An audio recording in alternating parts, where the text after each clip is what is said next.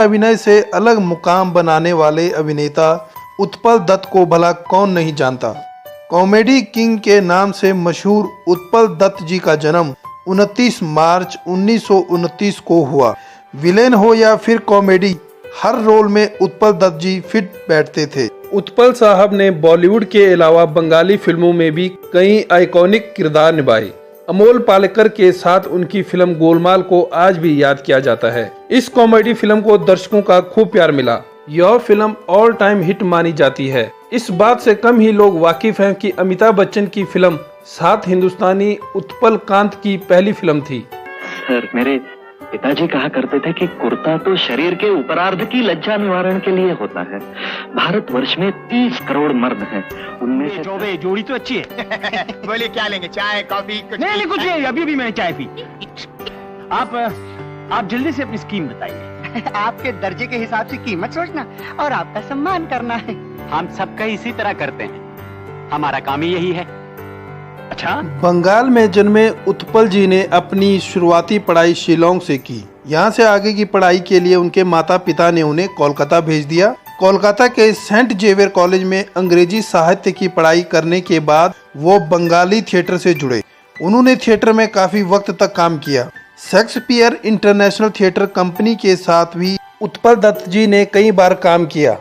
अपने फिल्मी सफर की शुरुआत फिल्म 7 हिंदुस्तानी से करने वाले उत्पल दत्त जी भारतीय थिएटर एसोसिएशन के संस्थापक सदस्य थे। उन्होंने Amitabh Bachchan star film the great gambler और इनकलाब जैसी बड़ी बजट वाली फिल्मों में विलेन का किरदार निभाकर हर किसी को अपनी तरफ आकर्षित किया। पाना मांगा, स्क्रू ड्राइवर हाथ में पकड़ा दिया, साला काम खेत चलने भेज दिया। क्या रे उल्लू की तुम गधे की औलाद, जल्दी कर। साल 1940 का वो समय था जब उत्पल जी अंग्रेजी थिएटर से जुड़े थे।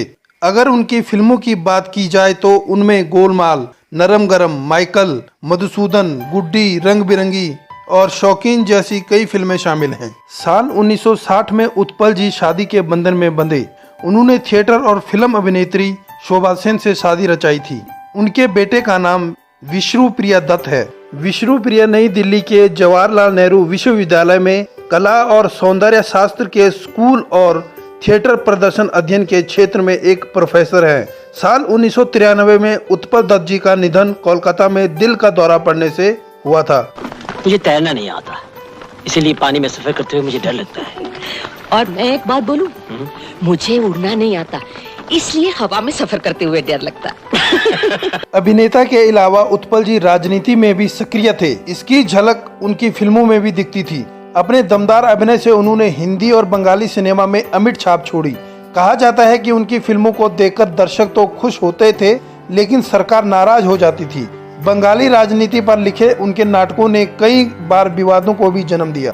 भारत रत्न सिर्फ भारत सरकार ही दे सकती। अरे सरकार नहीं दे रही है, इसीलिए तो इन लोगों से मांग रहा हूँ। साल 1965 में उत्पल दत्त को कई महीनों के लिए जेल भी जाना पड़ा था, क्योंकि उत्पल दत्त जी ने कलाकार होने के साथ ही एक बड़े मार्क्सवादी क्रांतिकारी भी थे। उनके लिखे और निर्देशित बांग्ला नाटक विवादों में रहे हैं।